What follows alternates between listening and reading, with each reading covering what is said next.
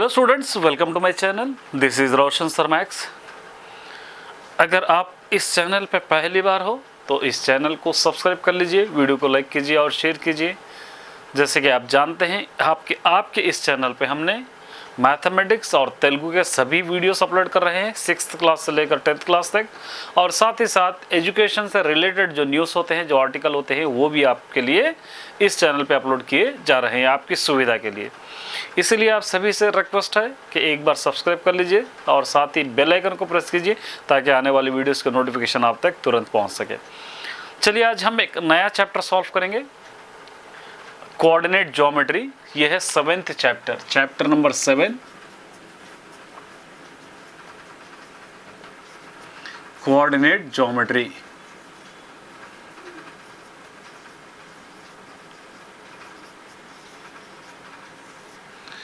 Coordinate geometry 7th chapter है। बहुत ही interesting chapter है और पूरी तरह फॉर्मूला बेस्ड चैप्टर है और हर क्वेश्चन के लिए हमको फार्मूला सॉल्व को लेना ज़रूरी है। फार्मूला अगर हम अच्छा याद करेंगे तो अच्छी तरह हम कर सकते हैं। ये चैप्टर 11 मार्क्स का हो सकता है या 9 मार्क्स का हो सकता है, क्योंकि एग्जाम में कभी 9 मार्क्स में होता है, कभी 11 मार्क्स में आता है। वेरी इंटरेस्टिंग चैप्टर है, अच्छी तरह याद कीजिए। पहले इसका मैं इंट्रोडक्शन आपको बतला देता हूँ ताकि आप चैप्टर को अच्छी तरह समझ सकें। कोऑर्डिनेट ज्योमेट्री का एक और नाम है एनालिटिकल ज्योमेट्री भी हम कह सकते हैं, क्योंकि इसके अंदर फिगर्स होते हैं। ज्योमेट्री में फिगर्स रहते हैं, उसी तरह कोऑर्डिनेट के अंदर भी फिगर्स रहते हैं। लेकिन यहाँ पर कोऑर्डिनेट ज्योमेट्री में सबसे पहले हम सबसे पहले क्या सीखेंगे? कार्टेशियन सिस्टम सीखेंगे। Cartesian system. एक कार्टेशियन सिस्टम अगर आप देखेंगे तो इसके अंदर आपको पूरी तरह अच्छी तरह समझ में आ गया। कोऑर्डिनेट, यहाँ पर देखिए कोऑर्डिनेट। कोऑर्डिनेट का मतलब यहाँ पर सपोज एक ग्राफ है, समझिए। एक ग्राफ के अंदर ये हो जाएगा एक्स एक्सिस, ये हो जाएगा Y axis. X axis, Y axis. देखिए यहाँ पे कितने पार्ट्स है? यहाँ पर 4 पार्ट्स है। ये पार्ट्स का नाम दे देंगे कोऑर्डिनेट 1, इसका दे देंगे कोऑर्डिनेट 2, इसका नाम दे देंगे कोऑर्डिनेट 3, इसका नाम दे देंगे कोऑर्डिनेट 4। ये 4 कोऑर्डिनेट्स यहाँ पर आपको दिए गए हैं। ये 4 कोऑर्डिनेट्स है। अब यहाँ पर लेफ्ट साइड ये पॉजिटिव रहेगा, ये पॉजिटिव रहेगा, ये साइड नेगेटिव रहेगा, ये साइड पूरी तरह नेगेटिव रहेगा। किसा ये पॉइंट रहेगा तो इसको 0,0 दे देंगे हम। जहाँ पर भी दोनों लाइंस टच हो रहे हैं उसको हम दे सकते हैं 0,0। तो यहाँ पर आप ले सकते हैं 1, ये 2, ये 3, इस तरह दे देंगे। यहाँ पर ले सकते हैं 1, 2, 3, यहाँ पर -1, -2, -3, इस तरह भी -1, -2, -3, इस तरह आप दे सकते हैं। यहाँ पर दे देंगे right side positive, left side negative, on side positive, in side negative. अब ये कोऑर्डिनेट 1 में देखिए ये एक्स एक्सिस है, ये वाई एक्सिस है, दोनों भी प्लस हो जाएंगे। ये भी प्लस पॉजिटिव में आ रहे, ये भी पॉजिटिव में आ रहे। चाहे तो आप इस तरह एरो ले लीजिए। ये एक्स एक्सिस वाले भी पॉजिटिव में हैं और वाई एक्सिस वाले भी पॉजिटिव में है। यहाँ पर एरो अगर आप ले रहे हैं इस तरह तो एक्स एक्सिस वाले नेगेटिव में, वाई एक्सिस वाले पॉजिटिव में। क्या हो जाएगा? माइनस और प्लस आएगा। यहाँ पर दोनों भी नेगेटिव में तो माइनस और दोनों भी माइनस आएंगे, माइनस माइनस। यहाँ पर एक्स एक्सिस वाला पॉजिटिव है, वाई एक्सिस वाला नेगेटिव है, इस तरह आएंगे। आसान है इसको। कभी कभी आपको MCQs में यानी मल्टीपल चॉइस क्वेश्चन में आपको पूछ सकता है। ये पॉजिटिव, दोनों पॉजिटिव रहेंगे। ये Q1 तो इसका अपोजिट रहेगा Q3, 2 नेगेटिव रहेंगे। Q2 नेगेटिव पॉजिटिव रहेगा तो इसका बिल्कुल अपोजिट रहेगा Q4, पॉजिटिव और नेगेटिव। ये आपको क्या लेंगे? एक कोऑर्डिनेट सिस्टम है जिसके अंदर आपको सॉल्व करना है। अब यहाँ पर हमको पॉइंट्स लेना है। देखिए ये कोऑर्डिनेट सिस्टम अगर अच्छी तरह आप समझेंगे तो समझ में आ जाएगा आपको, क्योंकि एक्स और वाई दो यहाँ पर हमको कोऑर्डिनेट्स है, एक्स और वाई एक्सिस है। अब सपोज एक क्वेश्चन है 2,3, ये वाले क्वेश्चन को हम कहेंगे, या एक्स कोऑर्डिनेट भी आप कह सकते हैं। इसको लिखेंगे हम एक्स कोऑर्डिनेट लिखेंगे। ये हो जाएगा Y coordinate, X coordinate, Y coordinate. ये एक्स कोऑर्डिनेट को कहेंगे एब्सिसा। मैं थोड़ा प्रोनाउंसिएशन अलग कर रहा हूँ, आप इसको समझ जाएंगे। एब्सिका इसको कहते हैं ऑर्डिनेट। कोई भी पॉइंट, अब सपोज -2, 3 है तो ये हो जाएगा x कोऑर्डिनेट, ये हो जाएगा y कोऑर्डिनेट, ये इसको हम कहेंगे एब्सिका, इसको कहेंगे हम ऑर्डिनेट कहेंगे। इसके बाद आता है अगर कोई पॉइंट x एक्सिस के लिए फॉर x एक्सिस के लिए अगर कोई पॉइंट है तो y एक्सिस क्या हो जाएगा, 0 हो जाएगा। y एक्सिस क्या होगा, इंप्लाइज 0, तो इसको हम लिख सकते हैं x, 0 कोई भी पॉइंट, मतलब ये पूरी लाइन क्या रहेगी, x, 0 रहेगी, ये पूरी पॉइंट रहेगी 0, y रहेगी। ये आपको अच्छी तरह याद रखना, ये पॉइंट x, 0, अगर ये वाला पॉइंट अगर ले रहे तो आप यहाँ पर ले लेंगे 0, -y, ये वाला पॉइंट ले रहे आप तो यहाँ पर लेंगे -x, 0, इस तरह लेंगे। तो यहाँ पर उसी तरह फॉर y एक्सिस के लिए ले रहे आप, फॉर y एक्सिस तो इंप्लाइज यहाँ पे क्या हो जाएगा, x = 0, तो ये हो जाएगा 0, y, 0, y। x एक्सिस के अंदर ले लेंगे तो y 0 रहेगा, कुछ भी नहीं रहेगा। y एक्सिस के लिए अंदर ले रहे तो y पूरा पॉइंट रहेगा। कोलिनियर पॉइंट्स, ये एक इंपॉर्टेंट है, कोलिनियर पॉइंट्स। अगर आपको कोई पूछे व्हाट इज कोलिनियर, कोलिनियर क्या है, तो आप क्या जवाब देंगे इसका। कोलिनियर का डेफिनेशन होता है the points going on same straight line. Collinear का मतलब होता है सारे पॉइंट्स एक ही लाइन पे से गुजरना। Suppose A B C D एक ही लाइन पे से गुजर रहे, एक कोलिनियर पॉइंट्स हम कहते हैं। ए बी सी है, पहले 3 निकालेंगे ए B C.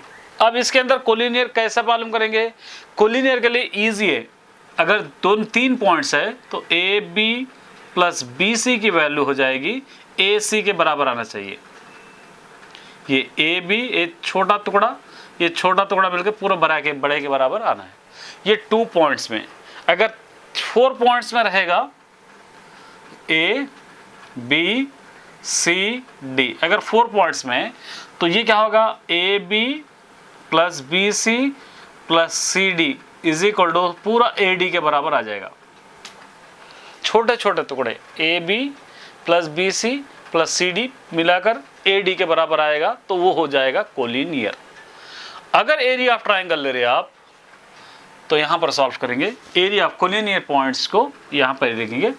Area of triangle कर रहे आप, एरिया ऑफ ट्राइंगल, तो क्या करेंगे, एरिया ऑफ ट्राइंगल जब भी सॉल्व करेंगे इट बिकम अ 0। पूरी तरह डेफिनेशन मैं नहीं लिखा रहा, सिर्फ इतना ही लिखा रहा हूं। एरिया ऑफ ट्राइंगल आप जब भी लेंगे उसका आंसर होगा 0, उसको हम कहेंगे कोलिनियर पॉइंट्स। तो उम्मीद करता हूं कि सारी चीज़ें आपको समझ में आ गए होंगे। और इसके बाद हम फॉर्मूला लिखेंगे, वो भी फॉर्मूला आप देख लीजिए। हम देखेंगे कि कोऑर्डिनेट ज्योमेट्री से रिलेटेड इंपॉर्टेंट फॉर्मूलास कौन से है जो हमको यूटिलाइज होते हैं, वही फॉर्मूला मैं लिखाया हूँ। देखिए, क्योंकि ये एक चैप्टर फॉर्मूला बेस्ड चैप्टर है। देखिए यहाँ पर आप देख सकते हैं, first formula, distance between 2 points x1 y1 x2 y2। Distance between 2 point का फॉर्मूला होगा x2 minus x1 whole square plus y2 minus y1 whole square under root. चाहे तो आप इसको x1 minus x2 plus y2 minus y1, ये x1 minus x2 whole square plus y1 minus y2 whole square under root भी लिख सकते हैं, इसके अंदर कोई दिक्कत नहीं होगी। ये हो गया डिस्टेंस बिटवीन का फॉर्मूला। देखिए हर एक्सरसाइज इसके अंदर एक एक फॉर्मूले पर डिपेंड है। अब डिस्टेंस बिटवीन का आप लेंगे तो आपको 7.1 पूरा मिलेगा, उसी तरह 7.2 मिलेगा मिड पॉइंट और ट्राइसेक्शन का या डिवाइडिंग का मिलेगा।